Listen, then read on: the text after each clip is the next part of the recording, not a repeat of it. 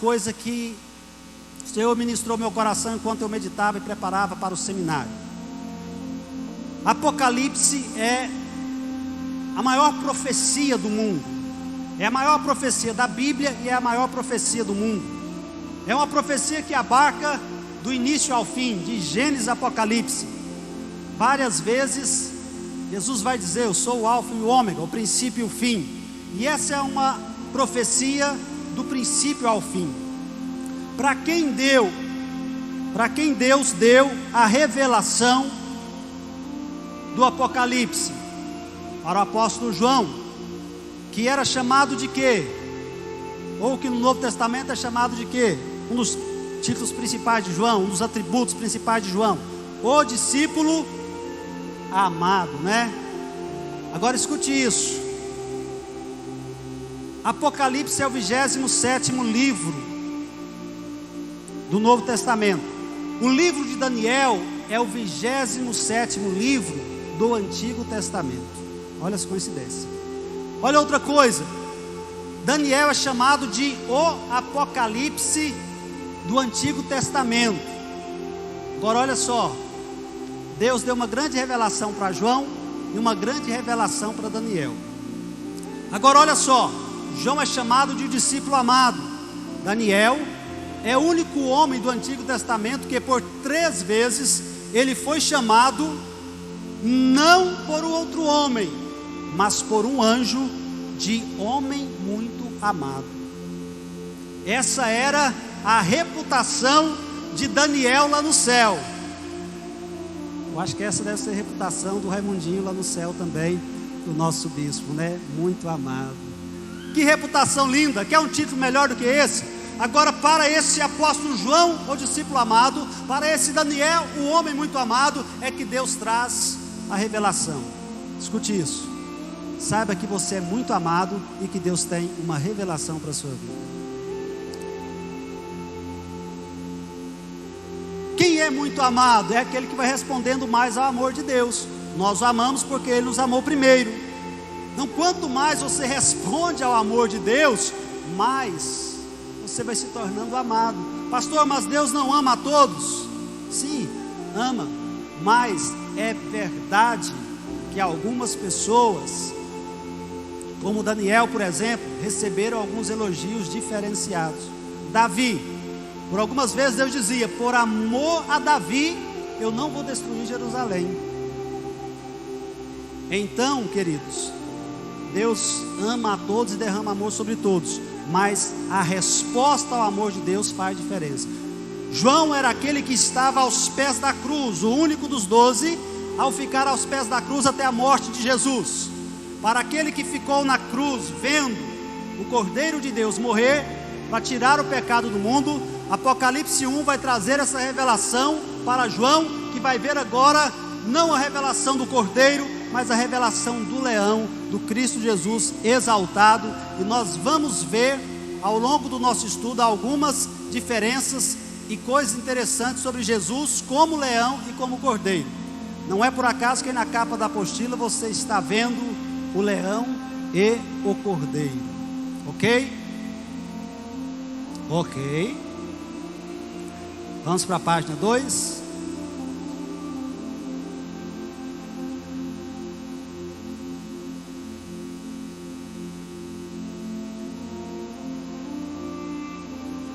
Eu sei que muitas vezes a gente já quer ir logo para o meio do livro, né?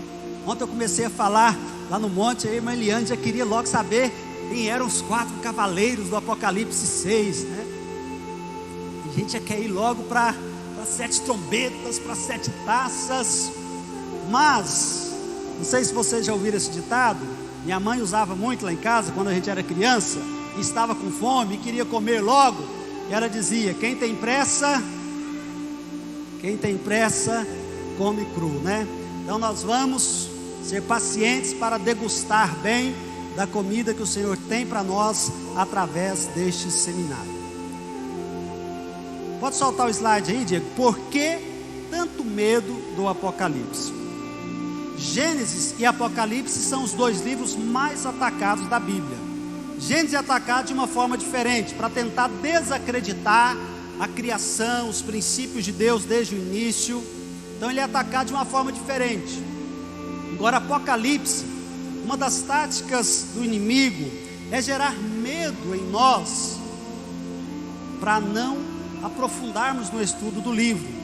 E muitas vezes nós pregadores podemos ter até um pouco de culpa nisso, porque às vezes a gente vai pregar sobre Apocalipse e já fala logo da besta,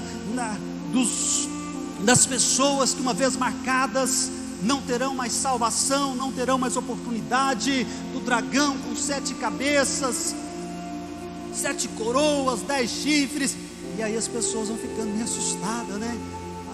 A quinta trombeta, os gafanhotos assustadores que vão atormentar as pessoas com picadas de escorpiões, e elas vão ficar 5 meses com dores, querendo morrer, mas a morte fugirá deles, e aí a gente assusta. Mas se a gente trazer um estudo da revelação de Jesus em Apocalipse, a gente vai perceber que nós vamos sair deste estudo amando mais Jesus, conhecendo mais Jesus e sem medo do Apocalipse. Glória a Deus. Olha só,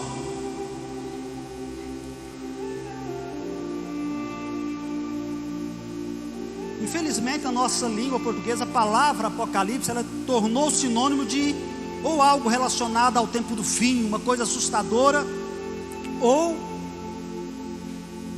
algo assim enigmático, apocalíptico, enigmático. É interessante que na Bíblia em inglês, o título do livro Apocalipse não é Apocalipse, mas é Revelação, e fica melhor, porque você já tem uma noção, opa, é um livro de revelação. Mas no nosso português, Apocalipse virou sinônimo de algo nebuloso, algo relacionado ao fim dos tempos.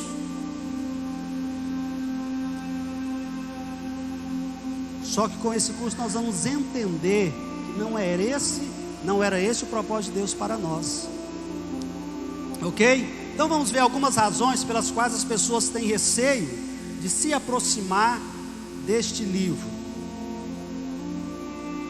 Primeira delas, porque o livro é muito simbólico e aparentemente muito misterioso. Aí já gera, não, é muito difícil de entender Apocalipse, são muitos símbolos. Alguns falam em 30 símbolos, mas eu vi um outro estudioso falando de 3.000 símbolos, depende da linha que vai interpretar o Apocalipse, das escolas de interpretação. Nós vamos falar um pouquinho sobre isso depois. Agora olha só, é verdade, o Apocalipse tem símbolos, mas muitos dos símbolos são explicados no próprio livro. Quer ver só? Diego, projeta para mim capítulo 1 de Apocalipse aí, versículo 19. João vê Jesus andando no meio dos 7 candelabros, vê 7 estrelas na mão direita de Jesus. O que é isso? Apocalipse 1,19, Diego, olha só. 1,20, Diego, leia aí comigo. Este é o mistério das 7 estrelas que você viu em minha mão direita e dos 7 candelabros. As 7 estrelas são os anjos das 7 igrejas, e os 7 candelabros são as 7 igrejas. Jesus explicou para João esse símbolo. Então vocês já sabem que as estrelas são os anjos e os candelabros são igrejas. João fala que ele ouviu uma voz e ele se virou, e ele viu 7 candelabros e Jesus no meio dos candelabros. Ele viu as igrejas e Jesus no meio das igrejas. Primeiro ele viu a igreja, depois ele viu Jesus. Ele fala assim, eu vi 7 candelabros e depois eu vi Jesus. Capítulo 1. É muito mais fácil encontrar Jesus na casa dele. A Bíblia fala que os pais de Jesus encontraram ele no templo, quando ele tinha 12 anos e ficou esquecido para trás. Aí voltaram e encontraram Jesus no templo. Então na igreja a gente encontra Jesus, a gente aprende Jesus, a gente recebe Jesus, né? Ok? Olha só, então aí você percebe, e assim em várias outras partes do livro, nós vamos ver alguns símbolos que são explicados pelo próprio livro. Outros símbolos são explicados por outros livros da Bíblia. A regra de ouro da interpretação bíblica é: a Bíblia interpreta a própria Bíblia. Sobre as duas testemunhas, lá de Apocalipse 11, aí o anjo fala, são as duas oliveiras que estão diante do Senhor. Então alguns interpretam que essas duas testemunhas, uma é o Antigo Testamento, a outra é o Novo Testamento. Outros interpretam que são literalmente duas pessoas. Alguns acham que seria Moisés e Enoque, porque foram arrebatados. Outros acham que seria Moisés e Elias, por causa do tipo de sinais que eles fazem, que é muito parecido com os milagres que Moisés e Elias fizeram. Mas outros acham que seria o Antigo Testamento e o Novo Testamento, as duas testemunhas. Mas quando olhamos em Zacarias, nós vemos essa referência que o anjo estava dando para João, as duas oliveiras que estão diante do Senhor. E lá em João vai dizer que essas duas oliveiras, esses dois ramos de oliveira, melhor dizendo, eles são duas pessoas que servem ao Senhor de toda a terra. Por isso aqui eu já sou levado a acreditar que essas duas testemunhas são pessoas mesmo e não símbolos. Porque lá, numa explicação do Antigo Testamento, vai falar sobre isso. Mas, como eu falei, existem entendimentos diferentes. E é bom que você entenda uma coisa: na área de escatologia bíblica é onde você vai ver mais diferença de pensamentos no meio cristão.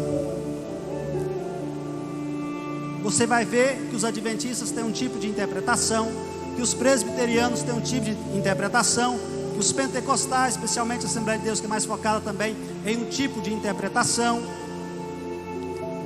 Tem a Igreja Católica que tem a sua própria interpretação também do Apocalipse.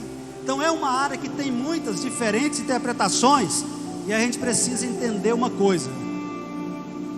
Muita gente fala assim: Deus não contraria a Bíblia, Deus não contraria a sua palavra. Sim, Deus nunca contraria a sua palavra, mas Ele contraria a nossa maneira de entender a palavra. E muitas vezes o que eu estou entendendo em alguma área está errado, mas está baseado na Bíblia. Satanás não usou a Bíblia para tentar Jesus. Agora, olhe só, essa é uma ideia que eu tenho, posso estar errado, mas eu penso que não tem nenhum estudioso bíblico que seja totalmente certo em todos os seus pensamentos bíblicos. E alguma coisa que ele pensa, mesmo sendo baseada na Bíblia, estará errado. Isso significa que alguma coisa que eu falar aqui pode ser que não esteja certo. Por isso, seja sábio e não dependa do meu conhecimento para entender Apocalipse.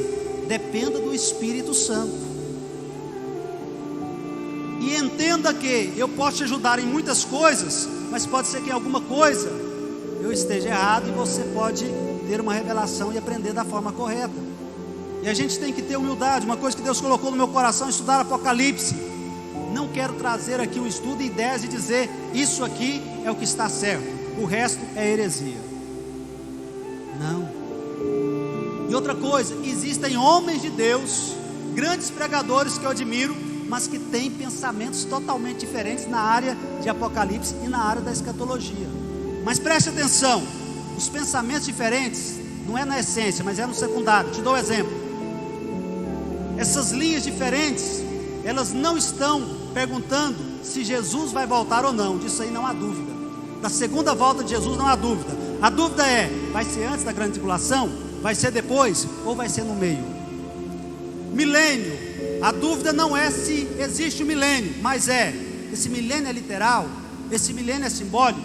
Esse milênio já começou na cruz? Ou esse milênio vai ser depois da grande tribulação? Então a dúvida não é se existe o milênio, a dúvida é quando será o milênio. Vocês estão entendendo? Grande tribulação, a dúvida não é se ela vai existir, a dúvida é: a igreja vai passar por ela ou não? Vai passar, mas vai ser protegido dentro da grande tribulação? Não, vai ser arrebatada antes. Estão captando as coisas? Então existem dúvidas em áreas secundárias, mas no essencial nós sabemos: vai ter uma grande tribulação, vai ter um arrebatamento da igreja, vai ter o milênio e Jesus voltará. Achei que eu ouvi um amém mais forte.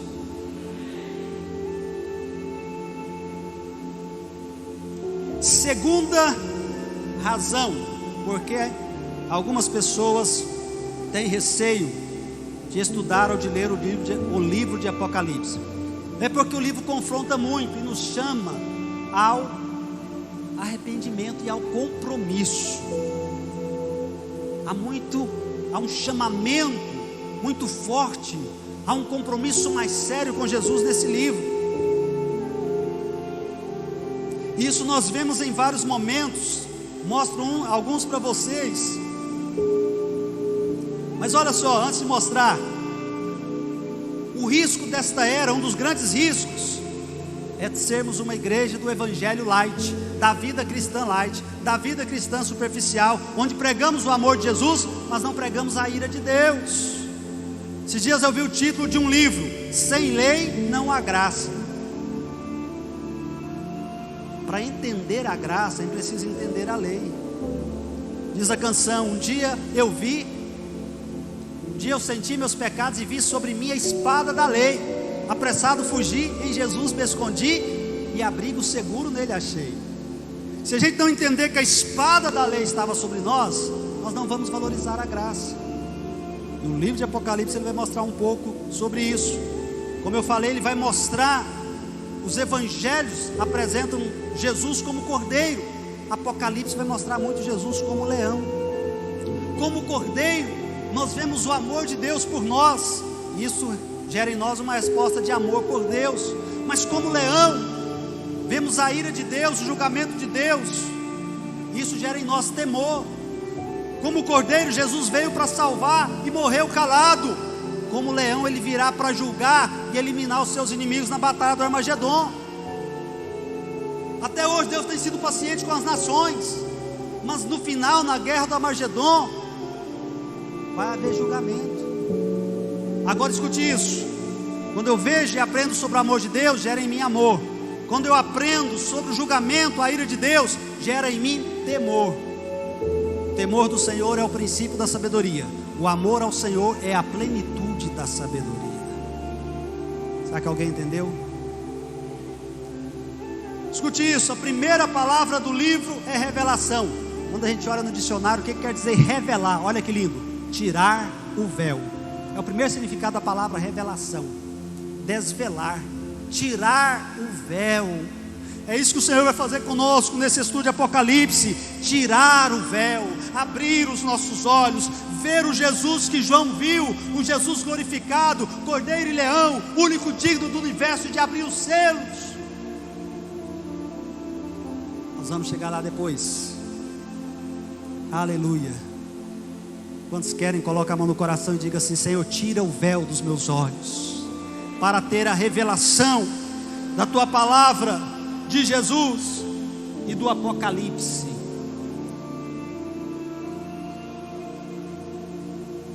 Segundo ponto, porque às vezes temos receio de aproximar de Apocalipse.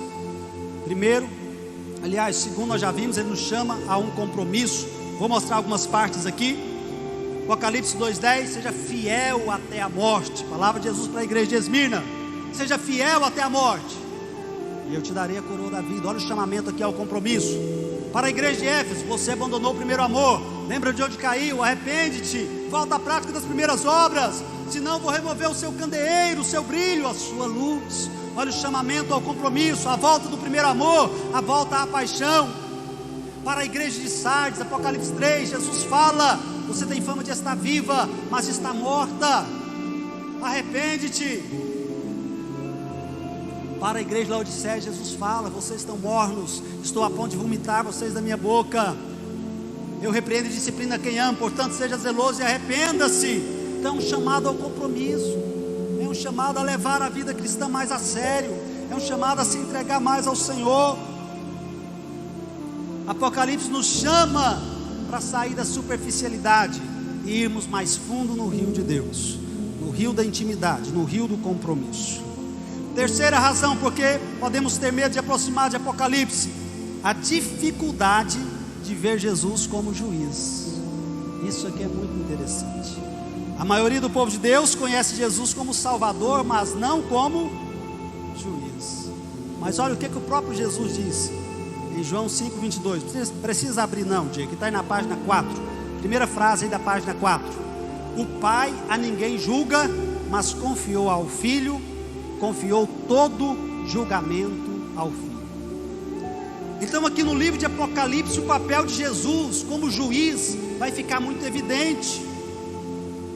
Olha aqui, na abertura do 6º selo, por exemplo, está dito: eles gritavam às montanhas e às rochas: caiam sobre nós, escondam-nos da face daquele que está sentado no trono e da ira do Cordeiro, pois chegou o grande dia da ira deles, e quem poderá suportar? Percebe aí? Ira do Cordeiro, grande dia da ira deles, porque chegou o momento de Deus julgar a terra. Bem-aventurados que têm fome e sede de justiça, porque serão fartos. Haverá um momento onde haverá o julgamento de toda essa maldade na terra, onde haverá o julgamento de tanta injustiça e corrupção no mundo, e Jesus virá como juiz. Nessa segunda vinda ele não vem como Salvador, ele não vem como Cordeiro, ele vem como juiz e ele vem como leão. Nenhum glória a Deus, né, bispo? Ah, Jesus. Olha só, deixa eu mostrar isso aí para vocês, na continuação da apostila. Para entendermos melhor esse aspecto de Jesus como juiz, olha o que Paulo fala em Romanos: mas se a nossa injustiça ressalta de maneira ainda mais clara a justiça de Deus, que diremos? Que Deus é injusto por aplicar a sua ira? Estou usando um argumento humano. Claro que não. Se fosse assim, como Deus iria julgar o mundo? Em outras palavras, Paulo está perguntando: será que Deus é injusto por julgar o mundo? Nós poderíamos fazer uma outra pergunta: seria Deus justo se Ele não julgasse o mundo? Se os juízes, os promotores, os delegados da cidade ver tanta injustiça e não julgar o erro, será que eles estão sendo justos? Em Apocalipse vemos com clareza a manifestação da ira de Deus.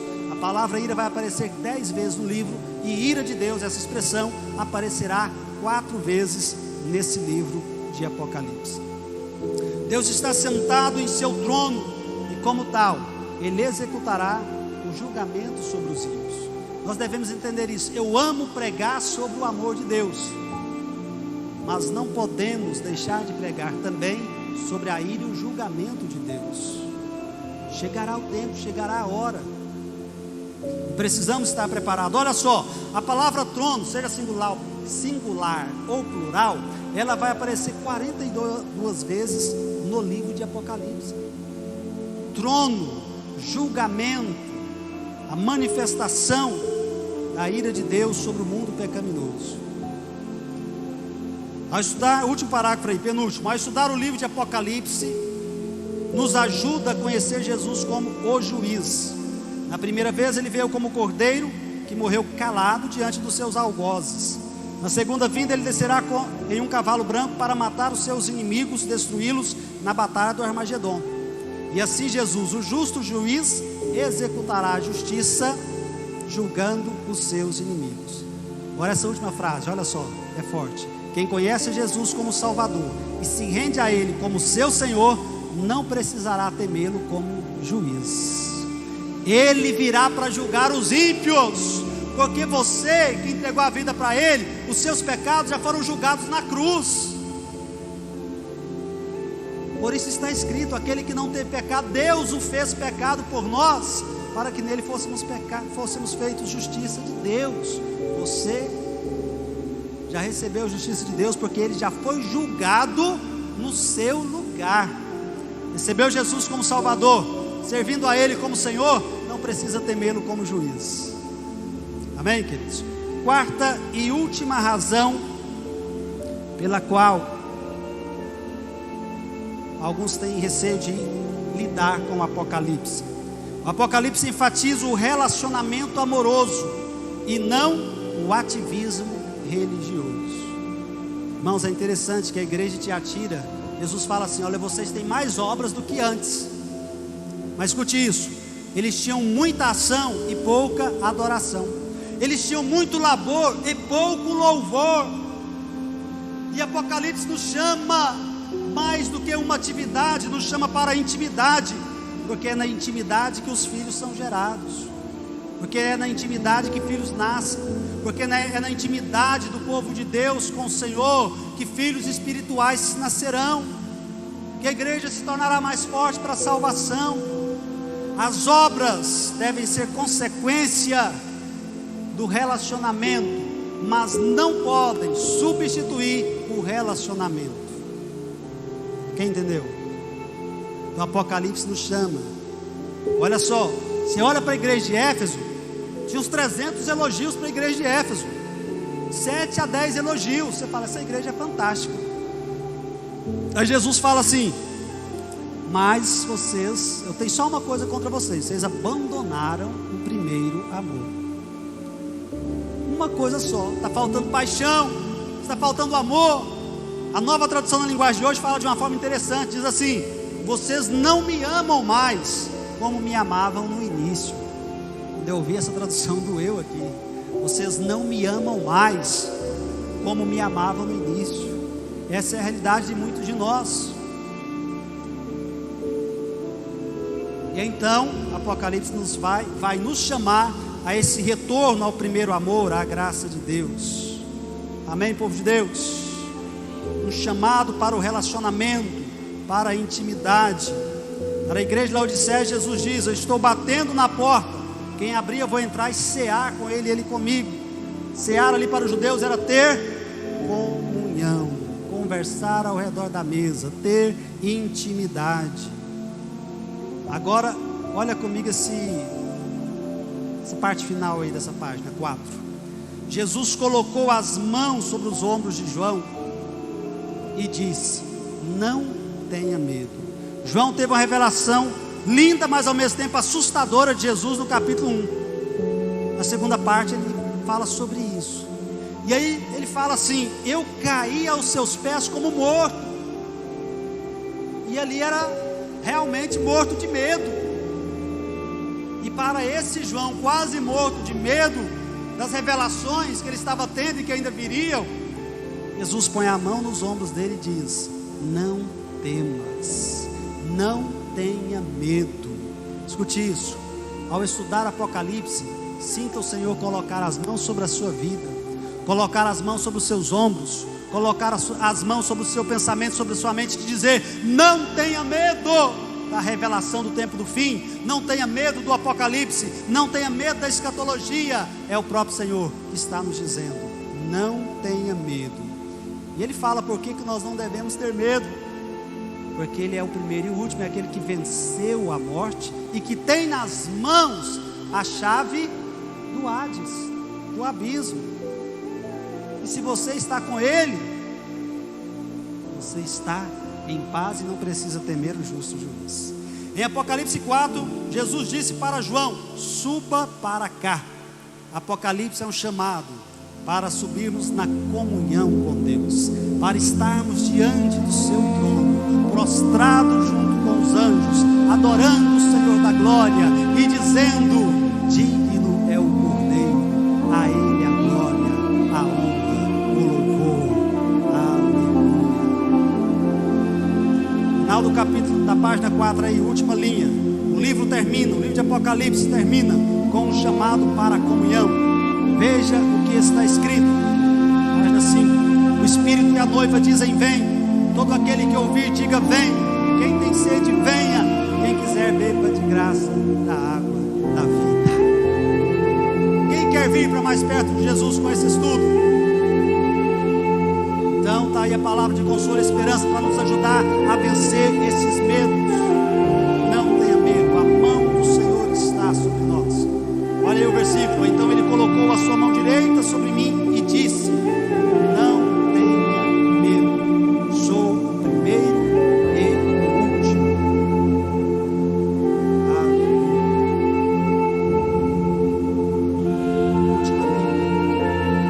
Ouça a sua voz me dizendo: não tenha medo, eu sou o primeiro e o último, sou aquele que vive, que venceu o diabo e que tem as chaves da morte e do Hades. Vamos ficar em pé. Essa é a nossa primeira lição que veremos. Vamos orar para que o Senhor nos ajude a vivenciá-la. Pai querido, a Tua palavra foi aberta para nós. Queremos vencer esses medos de lidar com o Apocalipse.